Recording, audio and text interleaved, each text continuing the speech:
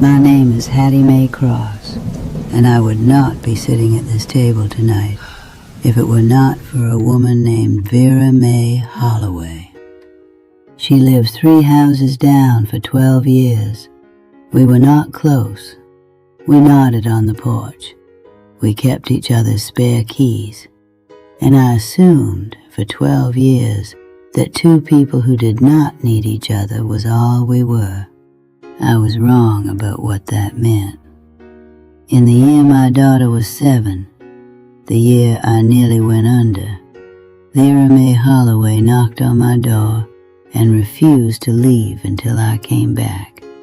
What I have not told anyone, not a single living soul, is why my curtains were closed when she got there. It was a Wednesday morning in March. I had not spoken to anyone in 4 days. I had not opened the curtains. I had gotten my daughter to school, come home, and disappeared into my own kitchen. Vera knocked. I did not answer. She knocked again. Then she sat down on my front step and waited. I watched her through the curtain for nearly an hour. She never knocked again, never called my name. She just sat there. Eventually, I opened the door. She came in, sat at my kitchen table, looked at me for a long moment and said, "Hattie Mae, I'm not here to ask what's wrong. I can see through a window same as anybody else, and I'm not leaving until you eat something." She stayed 6 hours that day. She came back the next morning, and the morning after that. For 3 weeks, Vera Mae Holloway sat at my kitchen table every morning until it was time for my daughter to come home from school.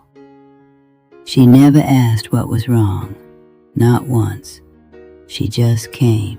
But there was something Vera Mae Holloway did not know. 3 days before she knocked, Reverend Booker had come to my door. He knew something I had seen, something I had never told another soul. And standing in my own doorway, he told me that if I ever spoke of it, there would be nothing left of my life for him to take. So I closed the curtains. I did not know yet that what I had witnessed would lead back to Gloria Carter's daughter. That comes later. First, the woman who pulled me back. I found out later, much later, that Vera Mae had not come to my door because someone sent her. She came because she looked at my house for 4 days and recognized something. She told me, years after, when we were close enough that she could say it plainly. I knew that particular kind of closed curtain, Hattie Mae. I knew it from my own house. 3 years before you, my curtains were closed the same way, and nobody came and sat on my step. She had her own story about Reverend Booker. She never told me all of it. Years later, she said something I never forgot. She said, "He never used the same secret twice, but he always used the same method." And that was the moment I understood Gloria Carter had not been an exception. Neither had Vera Mae. Neither had I. Reverend Booker did not collect secrets. He collected leverage.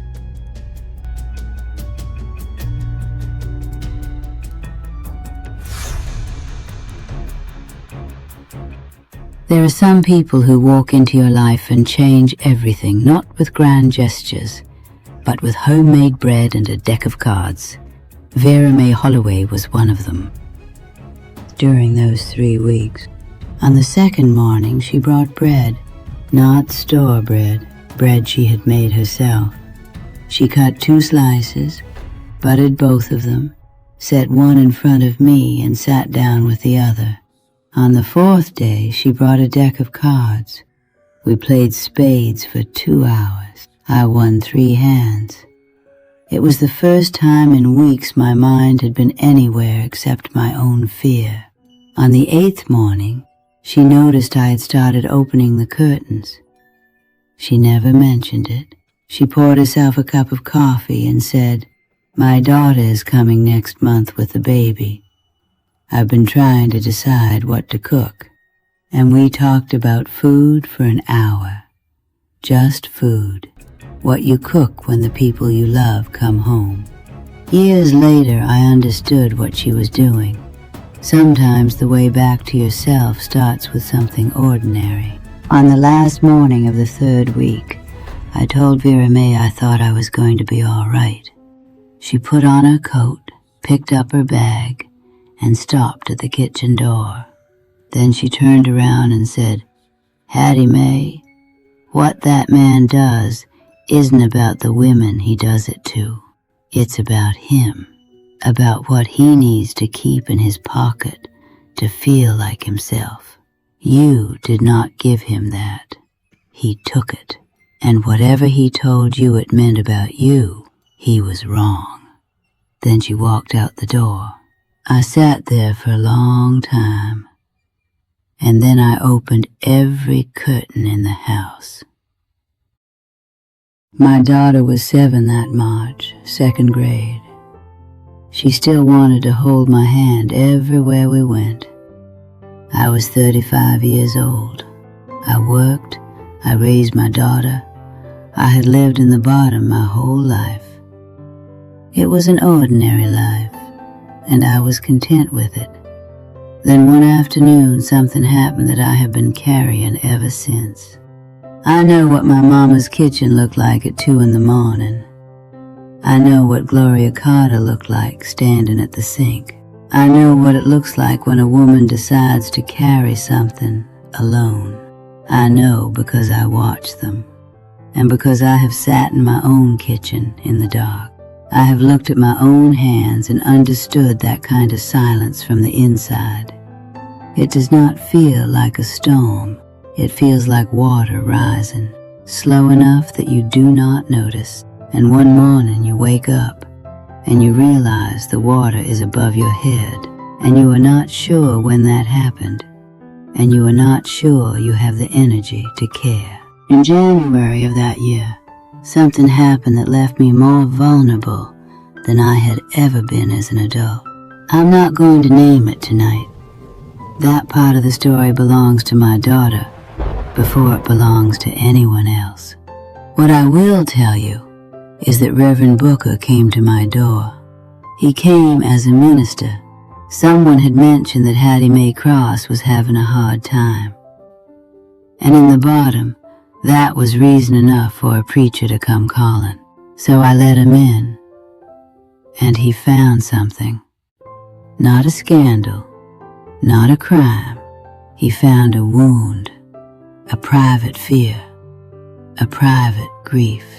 Something I had barely found words for myself, and he recognized it immediately. Because men like Reverend Booker spend a lifetime learning where people are weakest. He came back a week later, and that was when he asked for something. Not money, not a favor. He wanted my silence about something I had seen. Something that connected people I never imagined were connected. I told myself nobody would believe me anyway, but Reverend Booker believed me. That was enough. He kept it the way he kept everything, in his pocket, like a loaded gun, waiting for the moment he might need it. By February, I was not sleeping well. By March, the curtains were closed, and Vera Mae was sitting on my front step. And my daughter was 7 years old, and she was coming home from school every afternoon to a mother who was fighting, very quietly. She never knew. I made sure of that. She came home every afternoon, and the curtains were open, and dinner was on, and I was present. Whatever else was happening, I made sure of that. I did not tell anyone what had happened. Not my daughter. She was 7. She could not carry it. Not anyone else in the bottom, because I understood from watching Gloria and from watching my mama, that certain things become the whole of you the moment other people know about them. You stop being Hattie Mae Cross, and you become the thing that happened to Hattie Mae Cross. I was not going to become that, so I kept it. Not the way Gloria kept her daughter, in monthly envelopes and quiet letters. Not the way Mama kept the notebook, in numbers and careful handwriting. I kept it the way I had learned to keep things from watching all of them, in silence, with my chin level, in white gloves if that is what the situation required. I kept it for 30 years. And I have been keeping it from my daughter specifically, because what I kept involves her. My mama knew something was wrong that year. Not the specifics, I never told her the specifics, but she knew, the way she always knew things about the people she loved without being told directly. She would show up on Tuesday afternoons sometimes, the way Vera Mae showed up in the mornings. Different women, the same instinct. She never asked me what was wrong. She just sat. The blue notebook, the one with 82 pages of numbers that kept 4 children alive, has a last entry. The last entry is dated that year, that March. Mama stopped writing in it after that. She never explained why. I think I know why. I told you at the beginning of this episode that I never told anyone what happened the year my daughter was 7. That is not entirely true. Vera Mae knew the shape of it without me saying. Mama knew something was wrong, and years later when I told Gloria, she looked at me across her kitchen table. She was not surprised. That is the part that stayed with me. She was not surprised. Vera Mae still lives 3 houses down. She still brings bread when she comes. I never told her what those 3 weeks meant. I told you about the blue notebook, 82 pages of numbers, every dollar that kept 4 children alive. I told you the last entry was dated that year, that March. What I have not told you is what is on the last page. Not the last entry, the last page. After the numbers stop, there is something else. Something my mama wrote. 3 words in her handwriting at the bottom of the page, after everything else. And those 3 words are the reason Ruth's name ended up in my daughter's life.